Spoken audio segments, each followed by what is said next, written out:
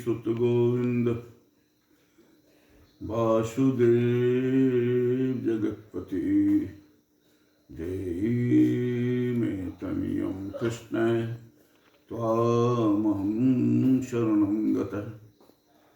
सर्वमंगलमांगल्ये शिवे सर्वार्थसाधिके शरणे त्र्यंबके गौरी नारायणी नमस्तुते।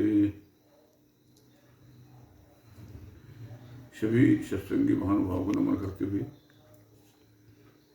आज जो समय चल रहा है, इस समय में इस देश को जो आवश्यकता है वह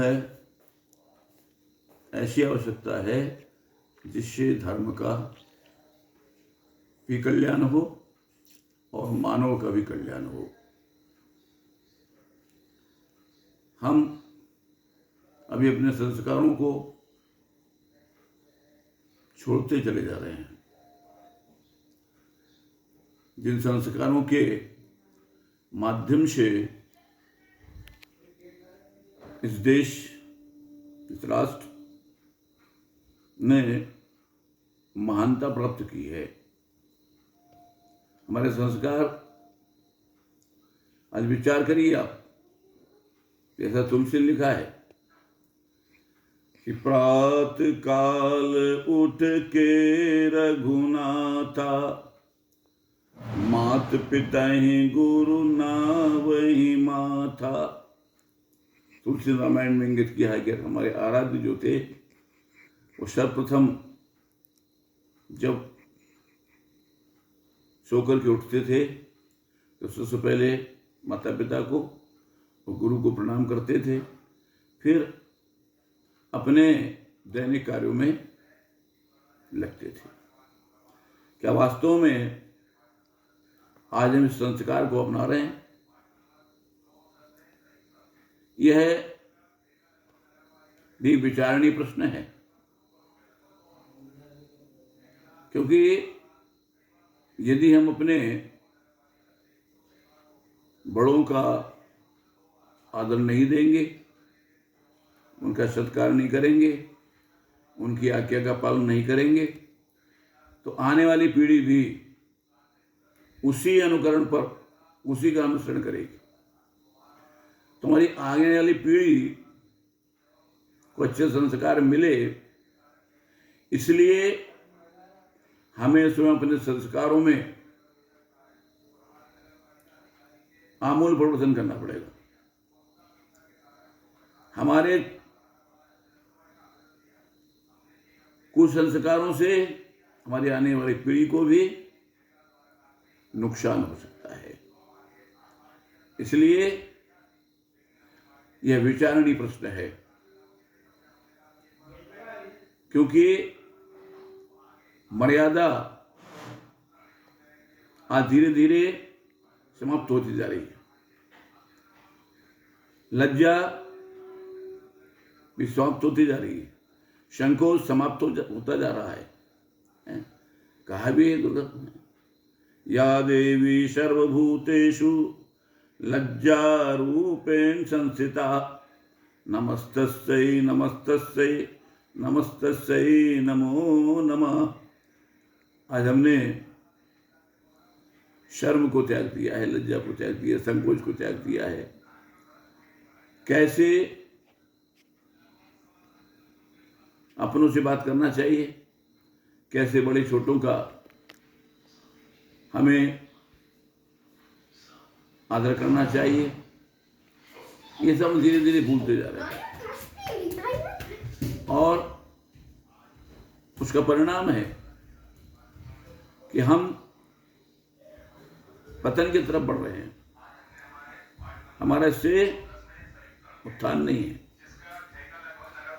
यदि कोई इसको कहता है कथा के माध्यम से, उपदेश के माध्यम से, तो ये कड़वा सच हमको कैसा लगता है? बहुत ही हृदय विदारक लगता है, पर वास्तव में ये सच्चाई है, इसमें कोई दो मत नहीं। हमारे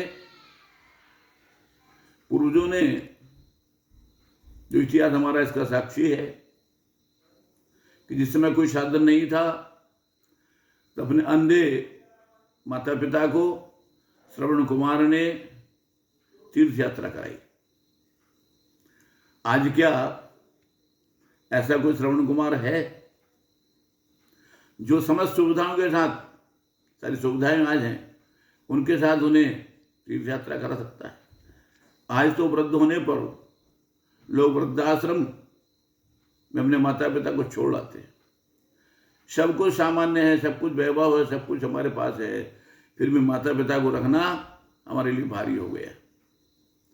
जिन माता पिता ने हमें पाल पोस कर बड़ा किया, पढ़ा लिखा कर बड़ा किया, उनकी खून पसीने की संपत्ति का हमें मालिक बनाया, पर वही आज हमें भार लगने लगे।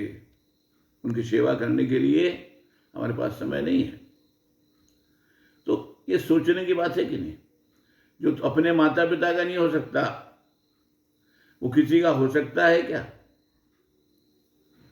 इसलिए आवश्यक है कि हम अपने माता पिता की सेवा करें। यदि माता पिता नहीं होते तो आपका उदय होता है क्या?